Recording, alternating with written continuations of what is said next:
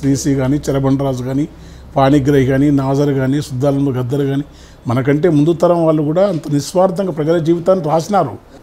ఊపిరి లేక హృదయములో ఉంటుందా చలనం, ఉదయము లేక సూర్యునికి ఉండదు సంధ్యారూపం, నీవే లేక నావునికుండున, నీవే లేక నావునికుండున, నేనే నేనే నేనే నేనుగా నిన్ను విడగలనా, చిగురించిన చిరుమూవా మురిపించే సడిమూవా, ఈ గాయం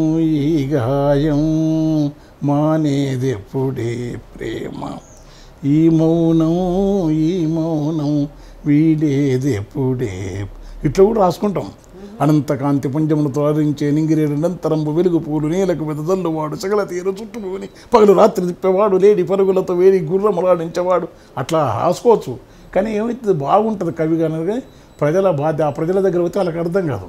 పూసిన పున్నం వెన్నెలమేన తెలంగాణ వీణ, వాసుక చరిత్ర వెలుగొందిన గత వైభవాల కోన, పదగతుల వాణి సరజతుల వేణి, ఉప్పంగ మురిస ఉల్లముల వాణి, తాళాల దూల దరుబుల ఏడ సింబూరమ, సింగిడి మీద మోదుగు పూల, వసంత ఈల తంగిడి పూల, ఎమ్మికొమ్మన పాల పిట్టెల గంతులేసి అది రాసుకోవచ్చు. బుద్ధుని పాత పూత రాసుకో. అది కాదు కదా ప్రాంత ఆలమందల అరుపు ఇవన్నీ సినిమా పాటలు నేను రాసినాయి. ఆలమందల అరుపు, పాడి పంటల మెరుపు, పూల తేనీళ్ళు, జీడి మామిడి పడుకు, ఉత్తరాంధ్ర పాట, శ్రీరాములేశ్వరంలో శ్రీరామ బాండగం లేక సీమత అట్లా రాసుకోవచ్చు. కానీ ప్రజల దుఃఖం జీవితం వేమన లాంటి మహాని మన గొప్పతనం కాదు, దారేసిపోయినారు.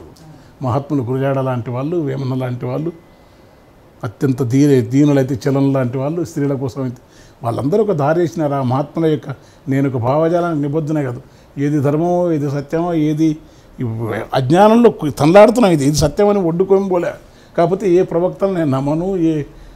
ఎవరికి కొద్ది రమణ మహర్షి లాంటి వాళ్ళ పట్ల కొంచెం గౌరవం ఉంటుంది. ఆ మహానుభావులు ఏదో చేస్తూ ఏదో ఆలోచించింది మనకు తెలియదు అనిపిస్తుంది. షిరిడి సాయి, రమణ మహర్షి, అక్కమాది, రామకృష్ణ పరమహంస, గాంధీ, అంబేద్కర్, బుద్ధ భగవానుడు. బుద్ధ భగవానుడు బుద్ధుని అంటాను. బుద్ధ భగవానుడు అంట, బుద్ధుడు అనను, బుద్ధ భగవానుడు అంట. నేను శివానందమూర్తి గారు కూడా ఎట్లా అంటారు, ఆయన ఆర్ఎస్ఎస్ అయినా. బుద్ధదేవుడు పుట్టిన భూమిలో పుట్టినావు, సహజమగు ప్రేమ నీలో వచ్చనేమి, అందమును హత్య చేసడి అంతకుండా మైలబడిపోయెనో ఇది మన జన్మ. ఆయన భలే ఉంటుంది.